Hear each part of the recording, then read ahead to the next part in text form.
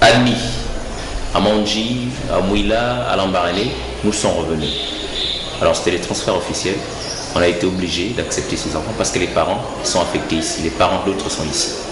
Les 5 bâtiments flambant neufs, réhabilités par l'Agence nationale des grands travaux et le ministère de l'Éducation nationale, cachent tout de même quelques difficultés. On a également un manque d'enseignants. Dans certains départements, en histoire-géographie, nous n'avons qu'un enseignant. En sciences physiques, nous n'avons qu'un enseignant également. Qu'est-ce que mon collègue faisait? On voyait les collègues du lycée technique qui nous aidaient un peu à encadrer les enfants. Donc nous sommes 21 enseignants. L'ouverture des classes de terminale A et B impose le succès au lycée Léon Boumba. Classé 4e au top 10 des meilleurs établissements scolaires nationaux l'an dernier. L'effectivité des premières S, cette année, suppose l'ouverture des séries C et D l'an prochain. Une ambition peut-être démesurée. J'ai trouvé une première S et qui va se muer en terminale D, terminale C l'année prochaine. Mais nous faisons avec les moyens de bord parce qu'ils n'ont pas de laboratoire. Séverin Bilima et toute l'équipe pédagogique de l'établissement sont à pied d'œuvre. La collaboration avec les parents d'élèves a d'ailleurs favorisé la création de l'APE.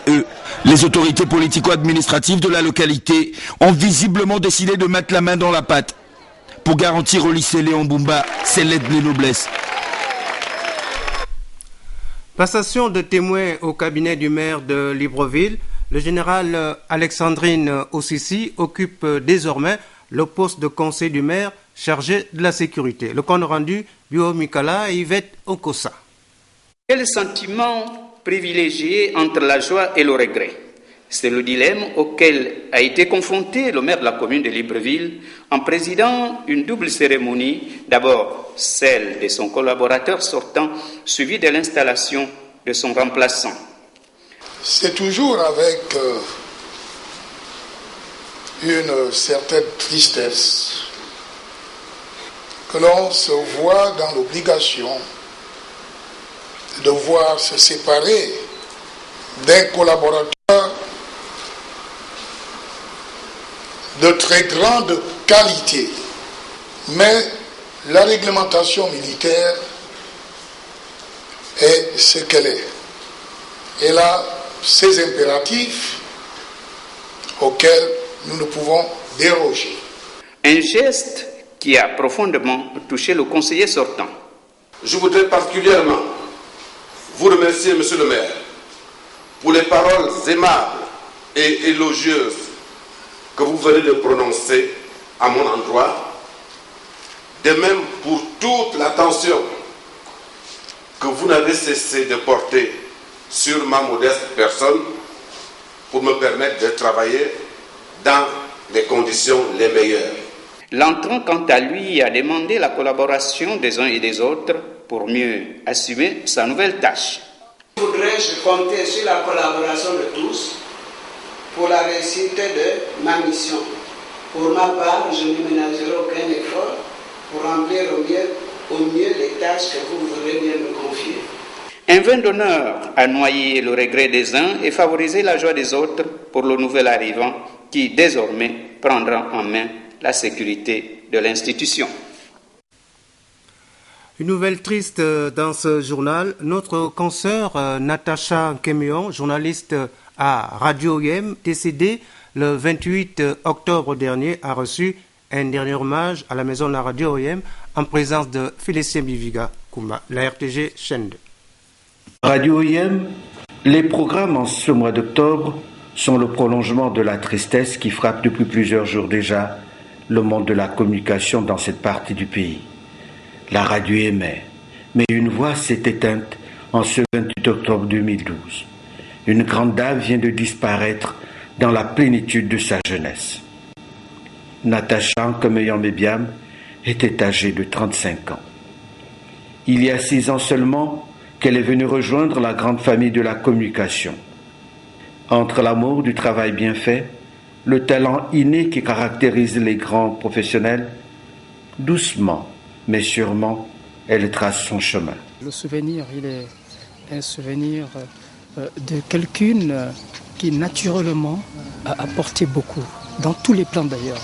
Natacha était, j'allais dire, une personne multidimension. Naturellement, vous pouvez pas vous imaginer, elle était à la fois au programme, elle était à un moment donné allée du côté technique. Enfin, elle touchait un peu partout. Un visage radieux, un sourire qui éclaire, une assurance dans l'écriture et même dans la présentation du journal ou de plusieurs émissions. Les témoignages sont à l'image de cette reconnaissance. Natacha Nkomoyon, c'était une collaboratrice très efficace. Dans le service, elle s'entendait avec tous ses collègues. C'est un grand vide pour Radio 9. Oui, Seigneur, que faire face à l'évidence? Pour nous, une seule chose, c'est de ramener Natacha à la maison, où elle a passé une partie de sa vie. Confidence, amitié et profession. Dans le hall de Radio IM, elle fera pour la dernière fois, entourée des siens, la grande émission publique intitulée « Le mystère de la rupture ». Au village Mindoumou, le prêtre est venu dire la dernière messe. Sur le chemin d'où l'on ne revient pas, les hommes ne seront plus là. Elle sera face à son Dieu. Sur la route qui mène au ciel ou au paradis, elle sera à côté du Très-Haut, son Créateur. Natacha, que la terre te soit légère. Dans le même chapitre de tristesse, les 5 enfants décédés le 23 octobre dernier suite à un incendie au quartier Venez-Voir à Libreville ont été conduits à leur dernière demeure à Méan, près de la ville d'Ntoum. Jean-Raoul Baninga et Jean de Dieu Mamoundou y étaient. Ils avaient connu la douleur à leur naissance et des brefs moments de joie durant leur existence. Ils ont disparu dans la douleur, calcinés dans l'incendie de Venez-Voir le 23 octobre dernier. Et c'est dans la douleur que se déroulaient les obsèques des 5 enfants.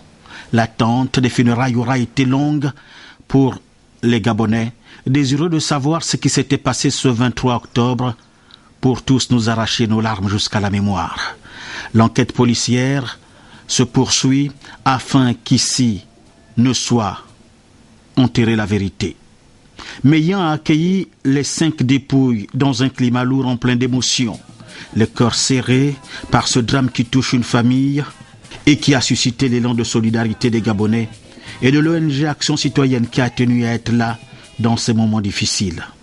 Je voudrais d'abord ici faire appel au président de la République, qui est un père de famille, qui a des enfants, qui je crois souffrent comme nous dans notre cœur. L'ONG Action Citoyenne l'a toujours soutenu et nous venons ici lui demander, très sincèrement lui demander de bien vouloir soutenir l'ONG Action Citoyenne pour pouvoir soutenir en fait cette maman qui va rester seule, qui a perdu tous ses biens, qui a perdu 5 enfants. La maison s'est brûlée, où est-ce qu'elle va habiter? Cette famille est complètement démunie. Je vous assure, Monsieur le Président de la République, complètement démunie. Aidez-nous à aider cette famille. Une disparition qui restera gravée dans les esprits, surtout par ce qui a constitué l'avenir programmé de ces 5 enfants. Entre Dieu, le Créateur et la famille éplorée existe, heureusement, l'Église pour consoler afin que la terre nous soit toujours légère. Sois leur refuge et leur force. Donne-leur de trouver en toi une présence secourable dans la douleur et de connaître l'amour du Christ qui surpasse toute connaissance. À l'enfant, Dieu a confié le secret de la mort et la douleur aux sages.